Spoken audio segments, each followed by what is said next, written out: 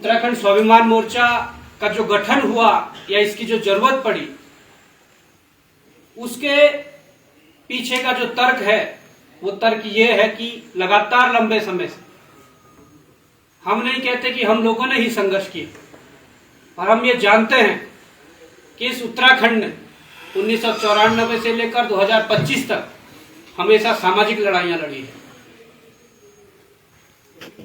और हम लोगों ने भी 7-8 वर्षों की यदि संघर्ष किया है तो हम इस चीज को महसूस कर पाए, इस अनुभव तक पहुंच पाए कि सामाजिक लड़ाइयां लड़कर इस प्रदेश का भला नहीं हो सकता।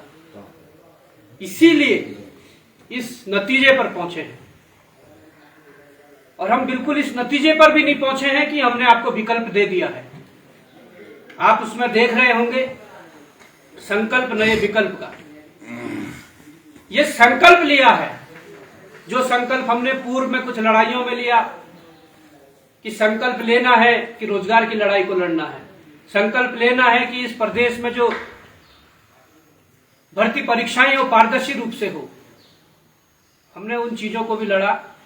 पर अब संकल्प लिया है इस उत्तराखंड को नया विकल्प चाहिए, और उसको देने के लिए हम सब प्रयासरत हैं और पूरे प्रदेशवासियों से जन जन तक जाकर उसकी बात करेंगे, उनके सुझाव लेंगे। अभी दीपक भाई ने बहुत अच्छी बात कही थी कि यहाँ पर इतने 57 दल हैं, उन सबको एक बर्तन में लेकर उन पे मलो, मंथन करो और मक्खन निकालो। वही रास्ता हम अपनाने जा रहे हैं। हम लोगों की ये कोशिश है कि अगर हमेशा हम सामाजिक लड़ाइयों में ही उलझे रहेंगे, सामाजिक लड़ाइयां लड़नी अच्छी बात है, सामाजिक लड़ाइयां लड़कर हमें कई परिणाम भी मिले हैं, कई फायदे भी हुए हैं, पर जो वर्तमान समय में राज्य की स्थिति है, उस स्थिति को सुधारने के लिए राजनीतिक लड़ाई लड़नी पड़ेगी और निर्णायक लड़ाई लड़नी पड़ेगी। अभी हमारे बड़े बुजुर्ग अंकल जी भट्ट जी कह रहे थे कि सामाजिक रूप से इस संगठन को चलना चाहिए। उत्तराखंड स्वाभिमान मोर्चा हमेशा ताउम्र जब तक ये संगठन रहेगा सामाजिक रूप से चलेगा। बहुत बढ़िया। पर ये संगठन प्रदेश को एक विकल्प देगा। वो विकल्प क्या हो सकता है? क्या जो 57 राजनीतिक दल है उसमें से कोई एक दल हो सकता है? क्या इसके अलावा यदि उन दलों की आपसी सहमति ये ना बनती, हमने बहुत बार प्रयास किए हैं, कोई एक दल का व्यक्ति दूसरे दल में जाने के लिए तैयार नहीं है। अगर ये सहमति बनेगी कि इनके अलावा एक दल बने जो सबका दल होगा, उस रास्ते पर भी चलने को तैयार है। और इन जिला स्तरीय चिंतन गोष्ठियों के बाद उसी रास्ते पर चलने वाले हैं। उन सभी संगठनों के पास जो प्रदेश हितैषी संगठन है, उन सभी राजनीतिक दलों के पास जो क्षेत्रीय संगठन है, जो क्षेत्रीय राजनीतिक दल हैं, उनके पास जाकर उनके पास प्रस्ताव रखा जाएगा। आपने कहा कि खुली बैठक में बुलाना और सबके पास ये प्रस्ताव रखना, ये अच्छा सुझाव है। और वास्तव में जो अब भी 25 वर्ष के बाद इस उत्तराखंड की जो स्थिति हो गई है, जिस प्रकार से हमेशा इस उत्तराखंड को कभी गढ़वाल कुमाऊंवाद में, कभी मैदान पहाड़वाद में, कभी जाति धर्मवाद में लड़ाया गया, अगर आज भी हम खासकर युवा साथी मात्र शक्ति नहीं जागी, वो आंदोलनकारी नहीं जागे जिन्होंने बड़े बड़े सपने लेकर इस राज्य के लिए संघर्ष किया, तो निश्चित ही इस राज्य की संस्कृति, इस राज्य का समाज, ये राज्य कहीं ना कहीं बहुत ही गलत दिशा की ओर जा रहा है। मैं इसलिए कह रहा हूं कि युवा साथियों को इसलिए आगे आना जरूरी है कि समाज के भीतर कोई भी अगर बदलाव आता है, आज शहीद दिवस है, आप सामने तस्वीरें देख रही हैं,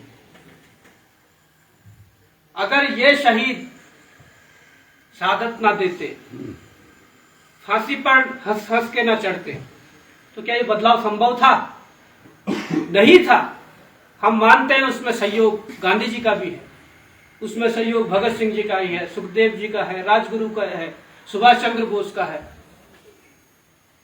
बहुत से ऐसे स्वतंत्रता सेनानी जो हमारे महापुरुष रहे उनका है।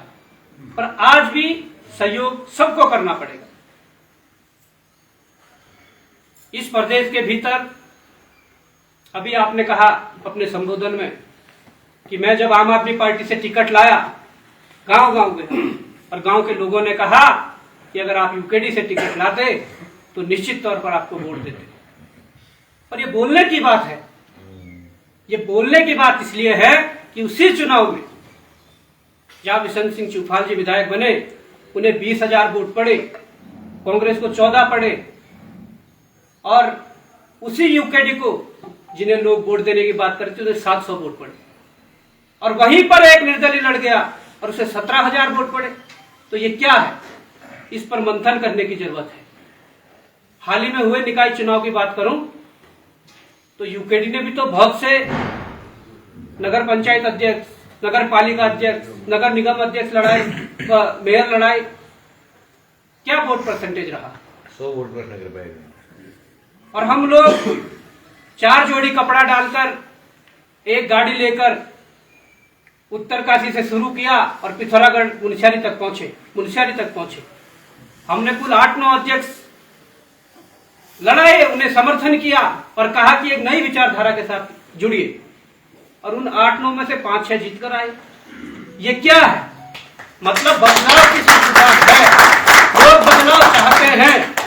आप यूकेडी का अभी 22 का वो उठाकर देख लीजिए, यूकेडी से ज्यादा आम आदमी पार्टी वोट परसेंटेज ले गई। कहीं ना कहीं मुझे लगता है कि पूर्व की कुछ घटनाओं ने यूकेडी का जो वरिष्ठ लोग रहे हैं, जो सीनियर उसमें लीडर रहे हैं, उनकी कुछ गलतियों का जो खामियाजा आज पूरी पार्टी को भुगतना पड़ रहा है, और इस बात को झुटलाया नहीं जा सकता। हमने भी कहा था कि यूकेडी से लोकसभा टिहरी लड़ लीजिए, पर हमें उस बात का आभास था कि स्वीकार्यता कम है, बहुत कम है। हमने फैसला लिया युवाओं के कहने पर। युवाओं ने जब कहा कि आप लोकसभा लड़ेंगे, हमने मना किया। हमने कहा कि हम कहां से लड़ जाएंगे, हमारे पास संगठन नहीं है, संसाधन नहीं है, और 15 दिन में हम 14 विधानसभाएं कैसे कवर करेंगे। तो युवाओं के कहने पे हमने जरूर फैसला लिया, पर टिहरी लोकसभा की जनता ने हमें भी नाखुश नहीं किया, और 2.25 लाख लोग आए और वोट देकर चले गए। बहुत बढ़िया। और एक मैसेज दिया कि इस प्रदेश के अंदर राष्ट्रीय पार्टियों से लोगों का विश्वास कम हो रहा है। ऐसा कौन होगा, वो कौन होंगे, कौन सी पार्टी होगी जो इस विश्वास को पूरा करेगी। नजर भाजपा की तरफ जाती है तो स्थितियां आप देख रहे हैं। आज विधानसभा जैसे पवित्र स्थल पर किस प्रकार के शब्दों का प्रयोग किया जा रहा है। उत्तराखंड को ललकारा जा रहा है, पहाड़ को ललकारा जा रहा है। बावजूद उसके माफी मांगने के बावजूद वो अलग से उनके और जो लोग वो समर्थन में आ रहे हैं। वो अपने आप को उत्तराखंडी बोलने में गर्व महसूस नहीं कर रहे हैं, वो अपने आप को बिहारी बोलने में गर्व महसूस कर रहे हैं। कह रहे हैं हम जी उनियाल जी तो हम बिहार से आए हैं। ये स्थिति है इस प्रदेश की। वो स्टेटमेंट इसलिए दिलाया गया कि जो ऋषिकेश मेयर सीट पर चुनाव फंसा हुआ था, वहां पर कुछ गढ़वाली वोटर जो पासवान को डाइवर्ट हो सके, और किया गया, जानबूझकर स्टेटमेंट दिलाया गया। बिहार चुनाव भी आ रहा है नजदीक, तो उसके लिए 9 दिन का आप देख रहे हैं, 9 दिन का बिहार दिवस उत्तराखंड में मनाएंगे। मैं तो पूछना चाहता हूं सरकार से कि सांकेतिक रूप से पूरे देश के अंदर अलग अलग राज्यों में हर स्टेट का राज्य स्थापना दिवस मनाया जाता है और राज्यपाल के माध्यम से सांकेतिक रूप से मनाया जाता है, पर ऐसी क्या आन पड़ी कि तुम घोषणा कर रहे हो कि उत्तराखंड में 9 दिन तक लगातार बिहार दिवस मनाएंगे, जगह जगह टेंट लगाकर वहां पर बिहार दिवस मनाएंगे। क्योंकि बिहार में चुनाव नजदीक है, उन वोटरों को बिहार भी ले जाना है, बिहार में सरकार बनानी है, फिर दूसरे राज्य में चुनाव होंगे, उन्हीं वोटरों को वहां से दूसरे राज्य में शिफ्ट करना है। हमेशा चुनाव के बाद जब आंकड़े आते हैं तो कहते हैं कि ये वोट परसेंटेज कैसे बढ़ गया, वोट इतने पड़े थे, ये ऐसा क्यों हो गया। तो चुनाव आयोग को भी कहना चाहता हूं कि वोट परसेंटेज बढ़ने का और कोई कारण नहीं, यही कारण है जो अवैध रूप से वोट बढ़ाए जाते हैं। विधानसभा के अंदर सारी गतिविधियां हुई, आप बता दीजिए पिथौरागढ़ के किस विधायक ने मुंह खोला, किस विधायक ने विरोध किया। किस विधायक ने पुतला दहन किया। अभी त्रिभुवन भाई कह रहे थे, हम पिछली बार जब निकाय चुनाव में मुनस्यारी गए तो वहां के जो विधायक है हरीश धामी जी 3 बार के विधायक हैं, और उनके गांव के बगल से ही देख रहा हूं कि बच्चे वो गरड़ी पर जाकर स्कूल जा रहे हैं, बच्चियां उस रस्से को खींच रही है। आजादी के 75-80 साल बाद भी अब इस प्रकार की व्यवस्था अगर है, इस प्रकार के मॉडल अगर चल रहे हैं तो बेहद दुर्भाग्यपूर्ण है। क्योंकि वो जब सोशल मीडिया पर डाला गया तो लगभग मुझे लगता है कि 4.5 करोड़ लोगों ने उस चीज को देखा। उसके बाद डीएम आदेश करते हैं कि अब बच्चियां उस रस्से को नहीं खींचेगी, अब स्कूल में टीचरों की ड्यूटी उस रस्से को खींचने में लगा देगी। ये हकीकत है। डीएम ने लेटर जारी किया कि वो स्कूल की बच्चियां उस रस्से को नहीं खींचेगी, अब स्कूल के टीचर जाएंगे और डेली एक टीचर की ड्यूटी लगेगी। जब स्कूल से जाएंगे तब भी रस्सा खींचेंगे, जब स्कूल से जाएंगे तब भी रस्सा खींचेंगे। उनका विवेक इसीलिए नहीं जागा, वो ये नहीं कर सकते कि वहां पर पुल की घोषणा कर दे, पुल बना दे, नहीं। इसलिए ये उत्तराखंड इस प्रकार से गलत दिशा की ओर जा रहा है। ये सीमांत जनपद है, बड़ा संवेदनशील, चाहे पिथौरागढ़ कह लो, चमोली कह लो, उत्तरकाशी कह लो। अभी उत्तरकाशी के मुखवा में देश के प्रधानमंत्री जी आते हैं और हमने तो वहां से चुनाव लड़ा है, और उस उत्तरकाशी जनपद में भाजपा कांग्रेस से हटकर 17,500 वोट आगे हमको भेजा है दोनों पार्टियों। मेरा परम कर्तव्य था कि भाई कुछ विरोध किया जाए, कुछ इस तरीके की चीजें की जाएं, पर हमने सोचा कि इस जनपद ने हमें बहुत कुछ दिया है, बहुत सम्मान दिया है। अगर हम विरोध करने लग जाएं तो कहीं ना जनता ये कहे कि यहाँ पर कुछ देने वाला था और विरोध करके इस चीज को भी रोक दिया। और हम चुप रहे, पर जब शाम को वीडियो देखे तो वो कह के गए कि यहाँ पर आओ और गांव तापो योजना का लाभ लो। ये क्या है? क्या ये बात शोभा दे रही है? क्या अगर हमें पता होता कि इतना बोलकर जाने वाले हैं तो निश्चित तौर पर हम विरोध करते। और बड़ा बेहद दुर्भाग्यपूर्ण ये बात है कि जिस मुखवा में आए थे, आज उस मुखवा में शराब का ठेका खुलने वाला है, जो मां गंगा का मायका है। ऐसे पवित्र स्थलों को अपवित्र करने का ये काम कर रहे हैं। हम कल रास्ते से जब आ रहे थे तो रानीखेत विधानसभा में हमारे मित्र है दीपक करगेती जी, उद्यान का घोटाला उन्होंने उजागर किया। गणेश जोशी के खिलाफ जो आय से अधिक संपत्ति का मामला है, वो सारी चीजें उन्होंने जो देखी और फिर कोर्ट के माध्यम से जो जीते थे। जो भ्रष्ट जो एक अधिकारी बबेजा डायरेक्टर था उद्यान का, उसे हटाया। वो कल टेंट लगा के बैठे हैं। हम रास्ते में गाड़ी रोकी, पूछा क्या है? उन्होंने कहा जी यहाँ हमारे विधानसभा में 10 ठेके खुलने वाले हैं। हमने कहा गजब विकास हो गया। इस प्रकार का विकास जो इनके एजेंडे में नहीं होता है, इनके घोषणा पत्र में नहीं होता है। क्योंकि वहां अगर लिख देंगे कि हम उत्तराखंड में 100 ठेके खोलेंगे तो कोई भी वोट नहीं देगा, पर वहां नहीं लिखेंगे।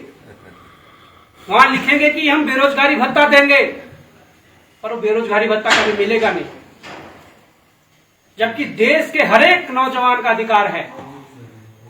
संविधान आप सब पढ़ते होंगे, हमारे युवा साथी पीछे हैं, पॉलिटिकल साइंस जब पढ़ते होंगे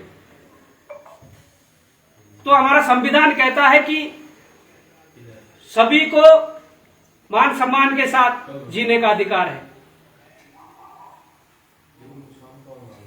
तो क्या ये मान सम्मान के साथ एक बेरोजगार आज जी पा रहा है? इस बात पर चिंतन करने की जरूरत है। अगर कोई युवा या युवती बेरोजगार है और अगर वो खाली घर पर बैठे हैं तो सुबह से शाम तक 20 बार परिवार वाले टोक देते हैं। क्या वो सम्मान की जिंदगी जी पा रहा है? आस पड़ोस के कोई बैठने आएंगे 20 बार वो टोक देते हैं। फिर कोई रिश्तेदार है क्या 20 बार वो टोक देते हैं। तो ये सारी जो व्यवस्थाएं चल रही है, अभी चुफाल जी का जिक्र आ रहा था, कोई कह रहे थे यहां से कि वो 7वीं बार बनेंगे। हम कहते हैं 7वीं बार बने, 10वीं बार बने, 15वीं बार बने, पर 6 बार का जो कार्यकाल रहा है उसकी उपलब्धियां तो गिनाए। क्या उपलब्धियां रही है? नहीं अभी तो अपने पत्नी को जिला बताया पंचायत नहीं। अध्यक्ष बनाने से लेकर और क्या उपलब्धि रही है बताइए। अभी बोलूंगा। इसके अलावा कोई उपलब्धि है तो बताइए। हाँ। पिथौरागढ़ के अंदर अभी निकाय चुनाव वही देख बोल रहे रहे बॉबी थे, भाई। हमने यहाँ आने का डिसीजन इसीलिए कैंसिल किया निकाय चुनाव में कि यहाँ तो 2 कांग्रेस लड़ रही है, एक भाजपा लड़ रही है, फिर निर्दलीय भी लड़ रहे हैं। तो जो लोग हरीश धामी जैसे विधायक खुले मंचों से कह रहे हैं कि 27 में अगर कांग्रेस की सरकार भी आने वाली होगी तब भी मैं कांग्रेस से चुनाव नहीं लड़ूंगा, कहने का यह मतलब है कि हम उनका मित्र विपक्ष है। वो जैसा चलाएंगे हम चलेंगे। उत्तराखंड में अगर सत्ता अच्छी नहीं है पर अगर विपक्ष अच्छा होगा तो निश्चित तौर पर जनता का विकास का जो मॉडल है वो सही रहेगा। जनता के जो मुद्दे हैं वो सुने जाएंगे, जनता की आवाज को सुना जाएगा। पर विपक्षी मित्रता करके बैठ गया है, इस बात को आप सब भी जानते हैं, हम सब भी जानते हैं कि इनका क्या एजेंडा है। ये हालात इसलिए है कि इन्हें पता है कि कितना भ्रष्टाचार इन्होंने किया है, चाहे कांग्रेस ने किया हो, भाजपा ने किया हो, इसलिए संयुक्त रूप से सरकार चलाते हैं। अभी 8 मंत्री है, 4 कांग्रेस के हैं, 4 भाजपा के हैं। गिन लीजिए, सुबोध दुनियाल जी, सतपाल महाराज जी, रेखा आर्य जी, सौरभ बहुगुणा जी, चारों कांग्रेस के हैं, 4 भाजपा के हैं। मिलीजुली सरकार चला रहे हैं। और कल सरकार दूसरी भी आती है तो वहां भी पलटी मारने के लिए देरी नहीं करेंगे। और इनमें से कोई अगर आवाज उठाएगा या कांग्रेस में जो है वो आवाज उठाएंगे तो उनकी वो फाइलें खोली जाएंगी जो इन्होंने कुकृत्य किए हैं। और अगर वो फाइलें खुली तो इन्हें फिर उसी वॉशिंग मशीन में जाना पड़ेगा जिस वॉशिंग मशीन में लगातार ये नेता जा रहे हैं, और वहीं से पवित्र होकर आना पड़ता है। तो अगर इस प्रकार का मॉडल हमारे प्रदेश में रहा, राजनीति का मॉडल, तो इस प्रदेश का भला तो निश्चित तौर पर नहीं हो सकता है। हम इस प्रदेश में सत्ता पर नहीं बैठ पाएंगे, पर कोशिश तो करो। अगर आप एक मजबूत विपक्ष की तरफ भी बैठ गए और आवाज उठाई तो निश्चित तौर पर जो इस उत्तराखंड का विकास रुका पड़ा है, जो यहाँ लूट मची है, जो वास्तव में गुजरात की कंपनियां बुलाकर, हरियाणा की कंपनियां बुलाकर, बिहार की कंपनियां बुलाकर यहाँ के युवाओं के जो रोजगार का अधिकार है वो छीनकर उन्हें दिया जा रहा है, वो स्थितियां सुधरेंगी। हम अभी 3 दिन पहले चमोली से होते हुए आए। एनटीपीसी इतनी बड़ी कंपनी है, पर जिनकी वहां जमीनें गई उनको ही नौकरी पर नहीं रखा जा रहा है। बाहर से ठेकेदार बुलाकर बाहर से ही वो लेबर भी इंपोर्ट कर रहे हैं। इतनी दयनीय स्थिति है, इतनी दयनीय स्थिति है, इस पर चिंतन करने की जरूरत है। इसलिए ये शुरुआत की गई। हम नहीं कह रहे कि हमने विकल्प दे दिया है। अगर जनता ये चाहेगी या जनता के बड़ी मात्रा में ये सुझाव आएंगे कि ये विकल्प नहीं चाहिए, हमें कांग्रेस भाजपा अच्छी है, तो निश्चित तौर पर हम भी नहीं करेंगे। केवल सुझावों के लिए आए हैं, और सुझाव जब मिलेंगे, और बहुत अच्छी बात यह है कि अलग अलग जनपदों से अलग अलग प्रकार के अच्छे सुझाव आए हैं। लोग इस बात को चाह रहे हैं, लोग इस बात का इंतजार कर रहे हैं कई सालों से कि भाजपा से नफरत होने लगी है और कांग्रेस पर विश्वास नहीं जता पा रहे हैं। तो तीसरा कौन? पर तीसरा अगर बनाएंगे, अगर उन शहीदों के सपनों का उत्तराखंड चाहते हो तो निश्चित तौर पर जिन सबने संघर्ष किया है उसमें मातृशक्ति है, उसमें बड़े बुजुर्ग आप लोग हैं जिन्होंने अपने युवा अवस्था में अपने उस मूल्यवान समय को इस राज्य के गठन के लिए, इस राज्य के आंदोलन के लिए लगाया।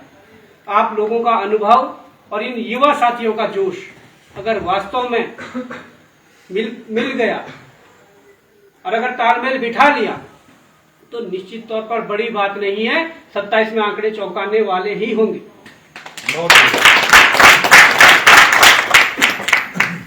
हमारी बड़ी दीदी कह रही थी कि यहाँ पर मैं सुबह जब वॉक जाते हैं तो युवा लड़के सड़कों पर दौड़ते हुए नजर आते हैं।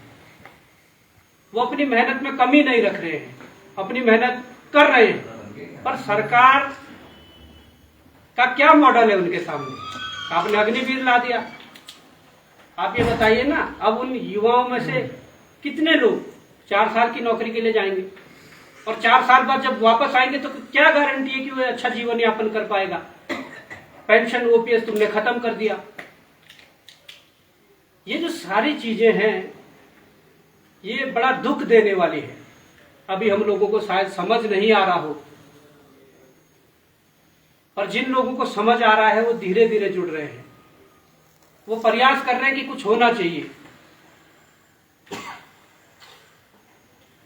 क्योंकि इस प्रदेश के भीतर वो सारी चीजें हो रही है, फर्जी मुकदमों से लेकर हम पे भी लगभग 11-12 मुकदमे चल रहे हैं। किस बात के मुकदमे हैं? किसकी चोरी कर ली हमने, कहां डाका डाल लिया, किसका मर्डर कर लिया या किसका गलत कर दिया, और फिर भी 11-12 मुकदमे और 307 जैसी गंभीर धाराएं। किस लिए? इसलिए कि इनकी आवाज को दबाया जा सके, इन्हें चुप कराया जा सके। क्योंकि ये अगर चुप नहीं होंगे तो ये ऐसे बीज है, आज पौधा बनेंगे कल पेड़ बनेंगे और हमारा विरोध होगा।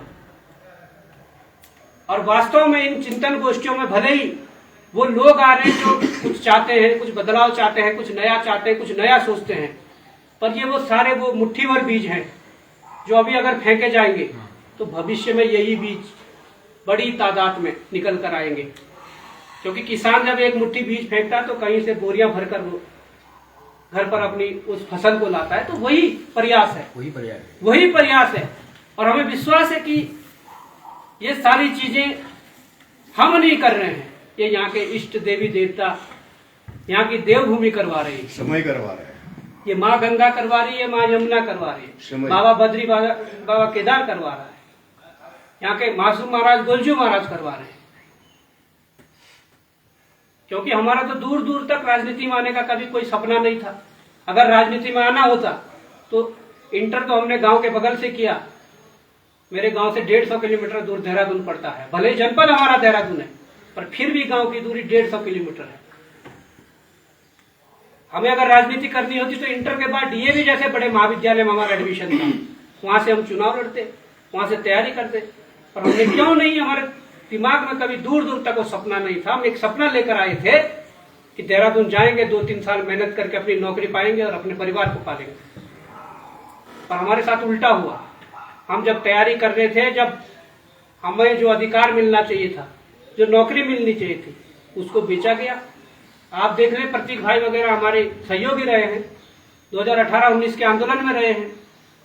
ये लोग उस हाकम सिंह मॉडल के पीड़ित लोग हैं जो उस समय चल रहा था, जिस मॉडल से यहाँ के रसूखदारों को, पैसे वालों को, यहाँ के भ्रष्ट लोगों को नौकरियां दी गई। ये उस मॉडल के पीड़ित लोग हैं। बड़े मुश्किल से कुछ सालों के संघर्ष के बाद कुछ चीजें सामने आई, उस चीज को उजागर कर पाए। लगभग 100 लोगों को जेल भिजवाया और मजबूरी में इस सरकार को नकल रोधी कानून भी लाना पड़ा। आज देहरादून के परेड ग्राउंड में करोड़ों रुपए जनता का खर्च करके मंच सजाया गया है। मंच सजाया गया है मुख्यमंत्री के द्वारा, करोड़ों रुपए वो भी जनता का खर्च करके। और उस मंच से घोषणाएं हो रही है कि हमने 3 वर्षों में 20,000 लोगों को रोजगार दे दिया। अरे आंकड़े तो बताइए कि किस विभाग में 3 सालों में तुमने 20,000 लोगों को नौकरी दी। उस आंकड़ों को बताइए। अभी एलटी का रिजल्ट निकला, 1500 कुछ पदों पर परीक्षाएं हुई और रिजल्ट 1300 कुछ पदों पर जारी करते हो। अभी स्केलर का रिजल्ट निकला, जो पदों की संख्या है वो ज्यादा और रिजल्ट तुम कम पर जारी करते हो। केवल वो आंकड़ों के रूप में तुम प्रकाशित करने के लिए इस प्रकार की चीजें कर रहे हैं। पर्वतीय मूल के लोगों के लिए जिन्हें पुलिस की फिजिकल में या अन्य और फिजिकल में लंबाई की छूट है, जिनके पास प्रमाण पत्र भी है पर्वतीय मूल का, गलती से उनका यश पर टिक नहीं गया, उनको तुम बाहर करने की साजिश कर रहे हो। मतलब हमारे डीएनए को खत्म करना चाह रहे हो। ये साजिश सरकार के द्वारा चलाई जा रही है। मुख्यमंत्री उस मंच से कह रहे हैं कि हमने भू कानून लाया। किस प्रकार का भू कानून लाया? जब भू कानून मूल निवास संघर्ष समिति के द्वारा संघर्ष किया गया तो लाए, तुम भू कानून लाए, और इतना लचर भू कानून जो इस प्रदेश को चाहिए ही नहीं था। सबसे पहली खामी है कि आपने उधम सिंह नगर और हरिद्वार को उससे अलग रख दिया। क्या वो इस स्टेट का हिस्सा नहीं है? क्यों नहीं है? और हमारे प्रदेश में सबसे अधिक अगर कृषि भूमि है तो उधम सिंह नगर और हरिद्वार में, आपने उनको ही उस कानून से बाहर कर दिया। सचिवालय में बैठे जो आईएएस हैं, जो उनके द्वारा ये कथा लिखी जा रही है। उन्होंने जानबूझ के इसलिए किया कि उन्हें पता है कि उनके लोग, उनके रिश्तेदार या वो खुद अगर हरिद्वार और उधम सिंह नगर में जमीन लेंगे तो कुछ सालों बाद वो वहाँ या उत्तराखंड के स्थायी निवासी माने जाएंगे। और अगर उत्तराखंड का स्थायी निवासी है तो हरिद्वार के बाद पिथौरागढ़ में जमीन ले सकता है। ये उसका सबसे बड़ा कारण है उन 2 जनपदों को छोड़ने का। इसका विरोध होना चाहिए और हम समय के साथ करेंगे। आप लोगों ने छोटे छोटे ग्राम जो मानकों में भी फिट नहीं बैठ रहे थे, उनको तुमने नगर पंचायतों में घोषित कर दिया, नगर पालिकाओं में जोड़ दिया, नगर निगमों में जोड़ दिया, सिर्फ इसलिए कि तुम्हारा जो भू कानून है वो इन नगर पंचायतों, नगर पालिकाओं और नगर निगमों पर लागू नहीं होता। वहां आकर कोई भी आए और जमीन ले ले। ये सही बात कही है कि पिथौरागढ़ जैसे सीमांत जनपद में अगर कोई बाहर का व्यक्ति आता है और नगर निगम क्षेत्र में जमीन लेता है तो उसे रोक कौन सकता है। चमोली जैसे संवेदनशील जनपद में जो हमारा सीमांत जनपद है, वहां भी नगर पंचायतें और नगर को घोषित करके वहां पर भी इस प्रकार के दरवाजे खोल दिए। यहाँ तो छोड़िए, उत्तरकाशी सबसे संवेदनशील जो है वहां तुमने नगर पालिका, नगर पंचायतों में जोड़कर वहां भी रास्ते खोल दिए। और धामी जी आज कह रहे होंगे कि हमने यूसीसी लाया। हम ये बताना चाहते हैं कि पिथौरागढ़ जनपद के किस गांव से आपको ज्ञापन गया कि आप यूसीसी लाइए, या देहरादून जनपद के किस गांव से आपको ज्ञापन गया कि आप यूसीसी लाइए। उत्तरकाशी से गया, चमोली से गया, रुद्रप्रयाग से गया, टिहरी से गया, या इधर उधम सिंह नगर या अपना चंपावत से गया। किसी ने कोई डिमांड नहीं की और फिर भी यूसीसी लाए हैं। क्यों लाए हैं? अपनी वाहवाही लूटने के लिए, अपनी वाहवाही लूटने के लिए केंद्र में। तो ये प्रयोगशाला बनाने के लिए, ये उत्तराखंड प्रयोगशाला बन चुकी है। और हम जितने जल्दी इस चीज से उत्तराखंड को बाहर निकाल पाएंगे, हम अपनी संस्कृति को बचा पाएंगे, अपने समाज को बचा पाएंगे, अपने इस पहाड़ को बचा पाएंगे, अपने इस राज्य को बचा पाएंगे। नहीं तो ये वास्तव में प्रयोगशाला बन चुकी है। सबसे पहला प्रयोग कोई करना होता है तो उत्तराखंड में करिए। और यही यूसीसी का मॉडल भी यहाँ लाया गया, इसीलिए लाया गया। तो समय का भी बड़ा अभाव है और स्वास्थ्य भी थोड़ा वैसा चल रहा था, पर बोलते हुए मुझे लग रहा है कि मैं ठीक हो गया हूं। ऊर्जा का संचार हो रहा है। तो मैं यही कहना चाहूंगा कि यह अभी विकल्प नहीं है, पर उत्तराखंड स्वाभिमान मोर्चा विकल्प देगा। एक सोच है। उन सभी दलों के साथ बैठा जाएगा, वो यूकेडी हो, वो हिमालय क्रांति पार्टी हो, समानता पार्टी हो, कोई भी हो, जितने स्थानीय संगठन, जितने क्षेत्रीय संगठन है, सबके साथ बैठा जाएगा और सबके साथ मंथन किया जाएगा कि उत्तराखंड बचाने के लिए राजनीतिक लड़ाई लड़ना जरूरी हो गया है और निर्णायक लड़ाई लड़ना जरूरी हो गया है। किन जगहों पर हम ये लड़ाई लड़ सकते हैं, किस तरीके से, किस एजेंडे पर, किस विजन डॉक्यूमेंट के आधार पर ये लड़ाई लड़ सकते हैं, और जो आपके सुझाव आ रहे हैं, इन सुझावों के माध्यम से ये विजन डॉक्यूमेंट तैयार होगा, जिस विजन डॉक्यूमेंट को लेकर जनता के बीच उतरा जाएगा। लेकिन मैं आपको सिर्फ ये अपील करने आया हूं कि अगर अभी तक आपने K24 news and entertainment channel को सब्सक्राइब नहीं किया तो प्लीज कर लीजिए।